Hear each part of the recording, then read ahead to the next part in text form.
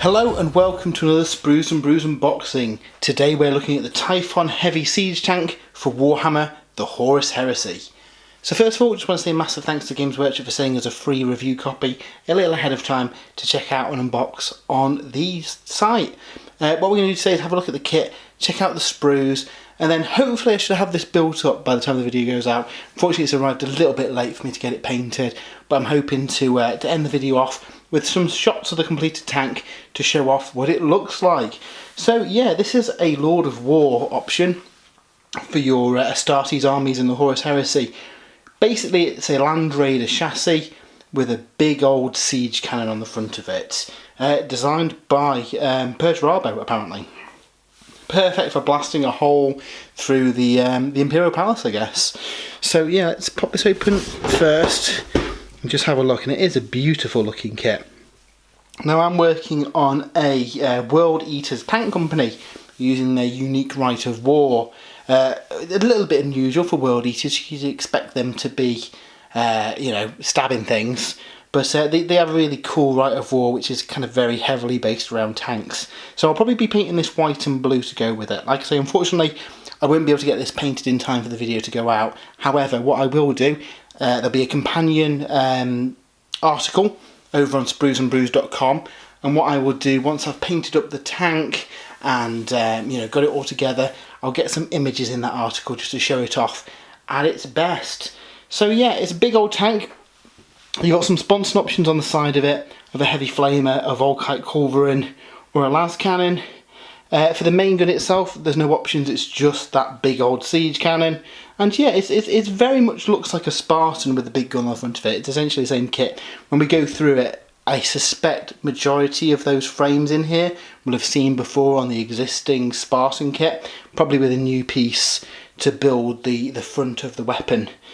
So yeah, should we crack this open and have a look at the sprues? We'll take a look at the instructions as well, and then like I say, at the end of the video we will hopefully have this built up as well, just to show you what it looks like in the flesh.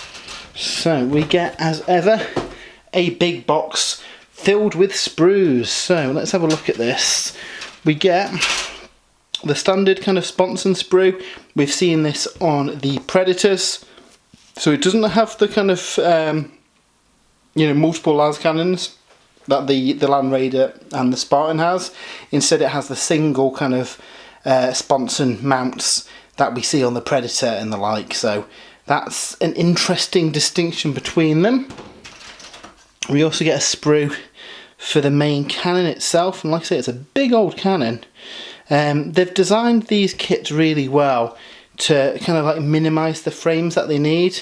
So with a lot of the Land Raiders having that core chassis, they can have, you know, include all the sprues from the Spartan and then throw in the additional sprues that change the makeup of the vehicle. I think this is the last Spartan variant now. I think there might be one with kind of big triple gun on the front of it, if I remember rightly. We are rapidly getting through all the vehicles. We get the generic accessory sprue. I think that's been in every Heresy tank kit that we've seen so far, with all the kind of pintle mount options and the crew. I think there's a guy in Mark II armour there as well that can be poking out the top of the tank, which is pretty nice.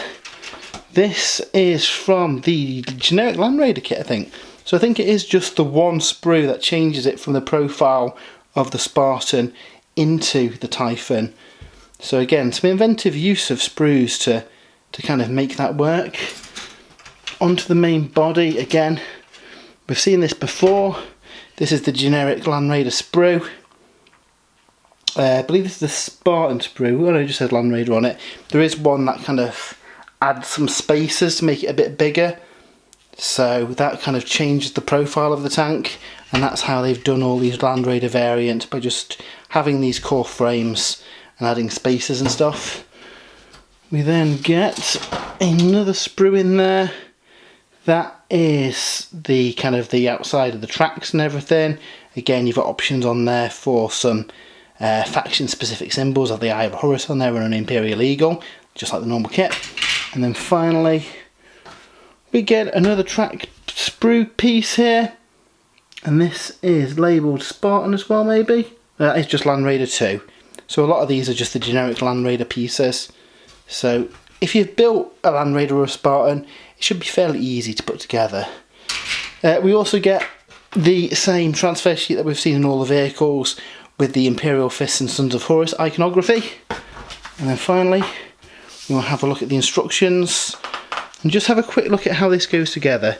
Again, this is going to be very familiar for people who've built other kind of like Land Raider chassis tanks. But yeah, that goes together very much like the other ones. I suspect the only real difference will be this front part then gets replaced with the siege cannon. In fact, that is really the only difference to it, isn't it? So you build up the tank as per normal, build up the cannon and the little blast shield. That then goes in. It looks like it doesn't get glued because you've got some little mounts, and that means it's probably got some pivot to the gun as well, which is pretty cool. And then you've got your sponsons. Again, they use the smaller sponsons off the Predator, not the kind of big ones that ordinarily come with a Land Raider. And then you've got your pin tool options as well that we've seen in all of the kits. So yeah, it should be fairly straightforward to build. Again, especially if you've built a Land Raider or a Spartan before. And what we'll do now is have a jump to the future and have a look at what it looks like when it's built. And here's a look at the finished tank. Yeah, it was a really fun kit to put together. Like I said in the kind of intro, the majority of it is built around that same Land Raider chassis that I'm sure Horus Heresy players have built quite a few of now.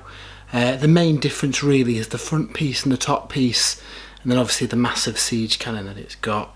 Went together really nice, it didn't take too long to do. Obviously if you've built any Land Raiders before, you'll find it second nature. There's only a few variant parts really compared to those other kits, and it looks really nice. I haven't got a resin one to compare it to, but I mean the detail looks really nice. The siege cannon looks really good. I'm looking forward to painting it up and trying it out in some games. Like I said, unfortunately this arrived a little bit late, so I've not had a chance to get this painted. However, what we'll do, we've got a companion piece over on spruesandbrews.com, and when I get it painted up I'll put some images on there just to show what the finished thing looks like, because yeah, I'm very much looking forward to getting this painted and get some transfers on it. So that was a look at the Typhon Siege Tank. I believe that there's not many vehicles left that they haven't transitioned to resin now. They're getting through them quite quickly. I'd love to see some of the flyers get done, because they're weird kind of hybrid plastic resin kits and they're not the most fun to build, so that'd be cool to see. I suspect eventually we will get all the main vehicles done, but obviously it'll take some little time. I'd really like to see some more infantry kits put out as well to give us a few more options there, certainly for the close combat units too. But hopefully we see more of that kind of later in the year. But yeah, if you've enjoyed this video, why not give us a follow? We do a lot of unboxings and battle reports. We also do a painting stream on a Sunday at 7 PM. So if you have liked that, why not give us a follow? I will have a companion piece over on spruesandbrews.com with some pictures of the sprues and some photographs of the finished tank as well. So if you do like this, why not check that out? But until next time, have a great weekend and we'll see you soon.